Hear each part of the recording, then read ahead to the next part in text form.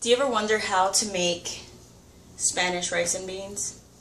I'm not talking about the yellow rice with the pigeon peas or the gandules, arroz con gandules. Today I'm going to actually show you how to make the pink beans or habichuelas rosadas that goes over white rice. So here we go. I usually take 1 can of pink beans. This is a 15.5 ounce can. I'm only feeding 5 people on this, so it doesn't really require more than this. I put it in a little saucepan. Then I add some water. So I add enough water to fill the can again, and then I simply pour it into the pan with the beans already in it. Okay, so here are some of your options when it comes to making this a step healthier. This really isn't a bad meal to have, but you can rinse your beans first. That's definitely something you can do. There's also a lower sodium version of this, and you're welcome to buy that as well, especially if you really are being cautious about how much sodium you're putting into your body. So that's that. There's another pretty important ingredient. It's Sazon. And this one, they come in different types. So there's con culantro y achote, which is coriander and annatto. And they also come without it. I personally like the color and the flavor that comes from this particular one. So I'm going to add 2 packets of my Sazon into the pan. There's that.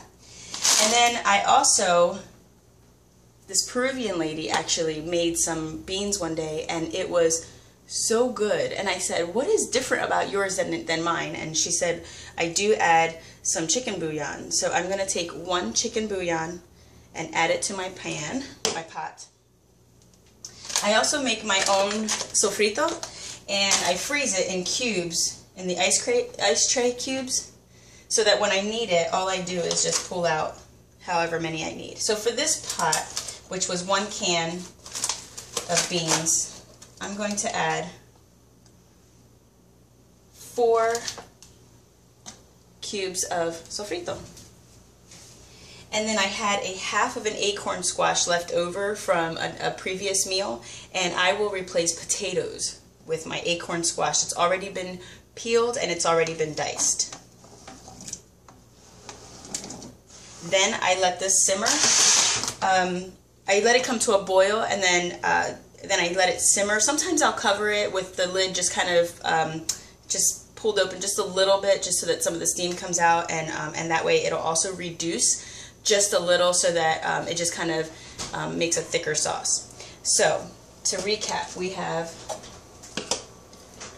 Goya pink beans,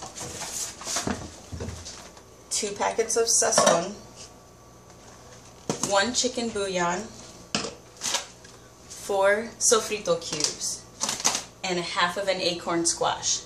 And that's it. Cooking Hispanic foods is not unhealthy.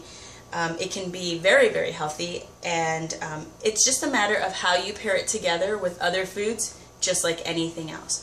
So this is going to be a good topping on white rice, and what I'll do is I will bake chicken legs and have that as a side, and maybe even add avocado to it, or some pan sauteed plantains or plátanos maduros, and just for a little sweetness. So hope you enjoy it. Hope this helps you.